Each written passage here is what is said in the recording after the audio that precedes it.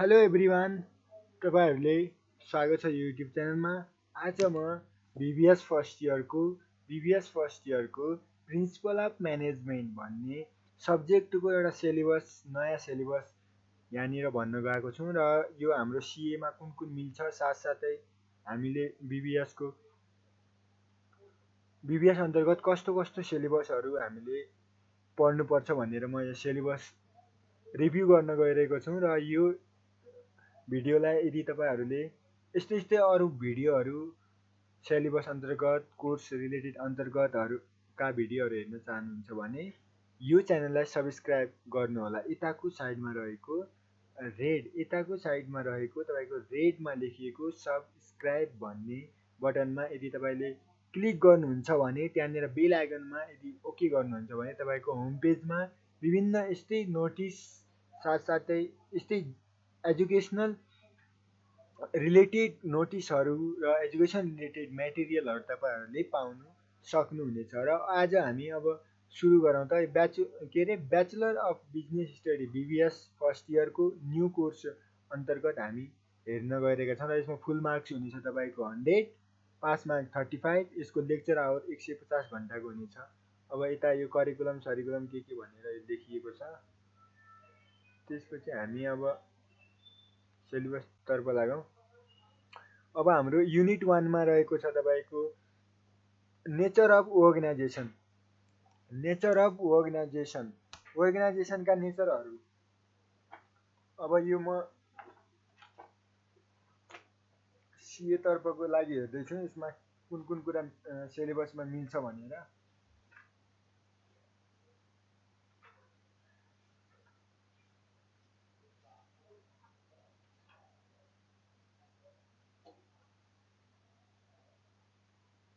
Nature of organisation हाम्रो सिएसँग पनि मिल्छ। यो सिएसँग पनि मिल्छ। कन्सेप्ट अफ अर्गनाइजेसनहरू भयो, अनि फेरि organisational goal, concept, purpose, type, feature, effective organisational goal formulation, त्यसै गरी तपाईँको प्रोसेस, एप्रोच, गोल फर्मुलेसनको प्रोसेस र एप्रोचहरू पढ्नु पर्यो तपाईँले। गोल सक्सेसन र गोल डिस्प्लेसमेन्ट भनेको के हो भनेर, अनि प्रोब्लम अफ गोल फर्मुलेसन गर्दाखेरि के प्रोब्लम हुन्छ त्यो पढ्नु पर्यो। चेन्जिङ पर्सपेक्टिभ्स अफ अर्गनाइजेसन भनेको त्यो नि पढ्नु पर्यो। त्यसपछि हाम्रो न्यू सिलेबस अन्तर्गतको कुराहरू रह्यो। अनि त्यसपछि अब सेकेन्ड च्याप्टरमा छ अब इन्ट्रोडक्सन टु म्यानेजमेन्टमा इन्ट्रोडक्सन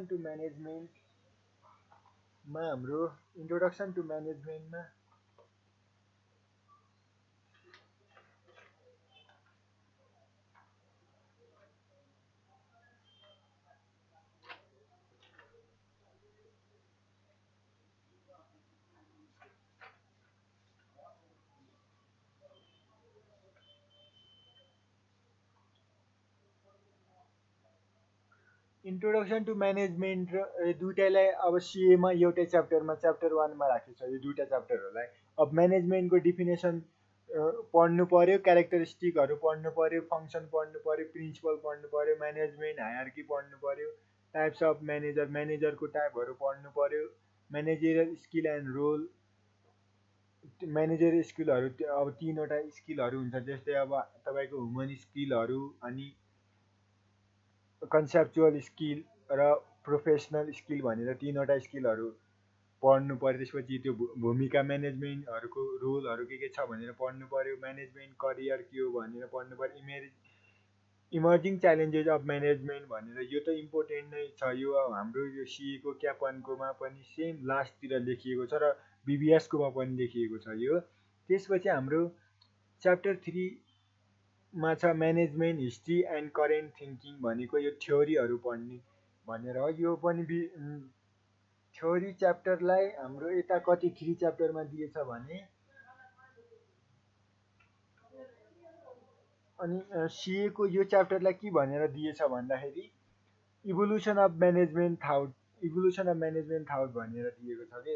अब यसमा त्यो विभिन्न थ्योरिजहरू छ। यो थ्योरी जस्तै अब क्लासिकल थ्योरीहरूभित्र 3वटा थ्योरी पर्छ होला। त्यसको इन्ट्रोडक्सन, क्लासिकल थ्योरी, कन्ट्रिब्युसन अनि लिमिटेसनहरू पढ्नु पर्यो। त्यसपछि तपाईँले human relation and behaviour science theory तर्फ पनि हाम्रो त्यसको के अरे सिस्टम थ्योरी डिसिजन थ्योरी, अब क्लासिकल थ्योरीहरूभित्र scientific theory, administrative theory, human relation behaviour theory, यो तीनवटा थ्योरी यता पढ्नुपर्ने हुन्छ। त्यसपछि हाम्रो सिस्टम थ्योरी अन्तर्गत decision theory, management science theory, यो हाम्रो क्याप वानमा सिएमा डिसिजन थ्योरी छैन, यो एडिसनल पढ्नु पर्यो। म्यानेजमेन्ट साइन्स थ्योरी, कन्टिन्जेन्स थ्योरी भयो, यिनीहरू त छँदैछ। अनि एमर्जिङ म्यानेजमेन्ट कन्सेप्टहरू अलि उता छैन। वर्कफोर्स डाइभर्सिटी अनि outsourcing, knowledge management, learning, organisation, यिनीहरू पढ्नु पर्यो। अनि त्यसपछि च्याप्टर कतिको मैले गरेको कुरा भन्दाखेरि च्याप्टर 4, 3 पढिहालेँ। अब 4 भनेको त्यो इन्भाइरोमेन्ट कन्टेक्स्ट अफ म्यानेजमेन्ट, यो त सिएको र यताको सेम हो। यसमा हाम्रो कन्सेप्ट अफ बिजनेसहरू, types of business environment, internal external. Internal environment भनेको कस्तो इन्भाइरोमेन्ट, जस्तो अब इन्टरनल भनेको त्यो अर्गनाइजेसनभित्रको, अनि एक्सटर्नल भनेको बाहिरको पोलिटिकल पार्टीहरू, यस्तै गरेर धेरै कुराहरू छ। त्यो कस्टमरहरू, यिनीहरू स्टेक होल्डर, यिनीहरूको एक्सटर्नल वातावरण, सोसियो इकोनोमिकल कल्चरल यस्तोहरू यो एक्सटर्नलभित्र पऱ्यो। इन्टरनलभित्र भनेको त्यहाँको अब त्यो स्टाफहरू, त्यो पर्सनल म्यानेजमेन्ट, त्यो म्यानेजमेन्टसँग रिलेटेड, इन्टरनल कन्ट्रोलसँग रिलेटेड भयो। यो कुराहरू पढ्नु पर्यो तपाईँले। अनि basic component of external environment विभिन्न कम्पोनेन्टहरू त अब यो भइहाल्यो, economic, socio cultural, political and technological. अनि इन्भाइरोमेन्ट स्क्यानिङ, यो त इन्भाइरोमेन्टल स्क्यानिङ पढ्नु पर्यो। यो इन्भाइरोमेन्टल स्क्यानिङ भनेको 3-4वटा ठाउँमा लिङ्किङ छ क्या यो। अनि त्यसपछि कन्सेप्ट एन्ड मेथड पढ्नु पर्यो। स्वेट एनालाइसिस भनेको के हो, यो पढ्नु पर्यो स्पेसिफिक। अनि त्यसपछि के अरे स्वेट एनालाइसिस पनि पछि हाम्रो सोसियल रिस्पोन्सिबिलिटी अफ बिजनेस, त्यो बिजनेसको सामाजिक प्रति कस्तो रिस्पोन्सिबिलिटी छ, त्यो कर्पोरेट सोसियल रिस्पोन्सिबिलिटी, सिआरएस भनेर हामीले पर्ने हुन्छ, त्यो पढ्नु पर्यो। कन्सेप्ट एन्ड एप्रोचहरू, त्यो एप्रोच र कन्सेप्ट के हुनु पर्यो त्यो पढ्नु पर्यो।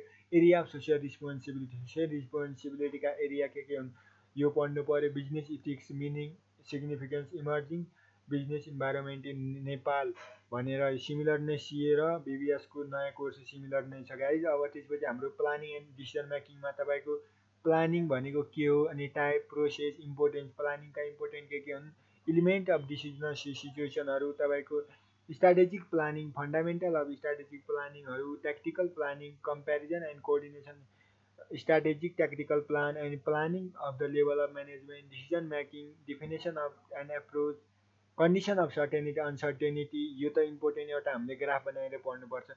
सर्टेनिटी र अनसर्टेनिटी, र त्यसपछि अनि के अरे अनसर्टेनिटी, सर्टेनिटी, रिस्क भनेर पढ्नुपर्ने हुन्छ। त्यसपछि हाम्रो म्यानेजमेन्ट बाई अब्जेक्टिभ, एमबिओ भन्छ यसलाई। अनि तपाईँको चाहिँ factor necessary to MBO programme, decision making, meaning, type, process, decision making, advantage, यो सब सिमिलर नै हो गाइज। अब यो हामीले पढ्नु पर्यो।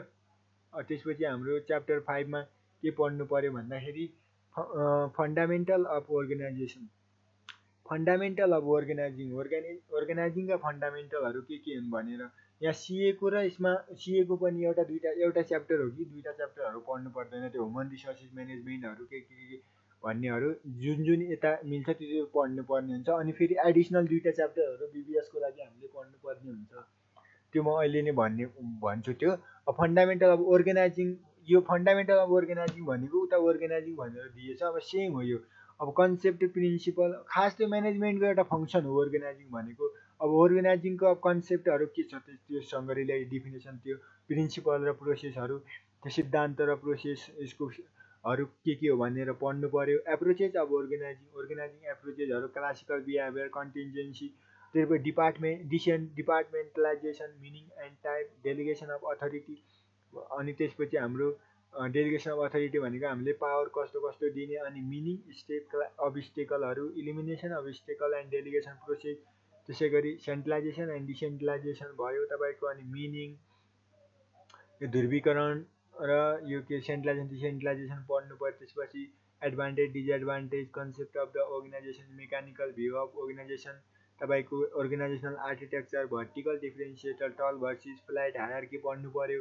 होरिजेन्टल डिफ्रेन्सिएसन भित्र तपाईँको फङ्सनल स्ट्रक्चरहरू, multidivisional structure, geographical structure, matrix structure, त्यसै गरी modern organisational structure, team network, 365 degree structure भनेर यो हाम्रो फन्डामेन्टल अफ अर्गनाइजिङ अलि यो सिएको भन्दा डिपली पढ्नु पर्यो यसमा।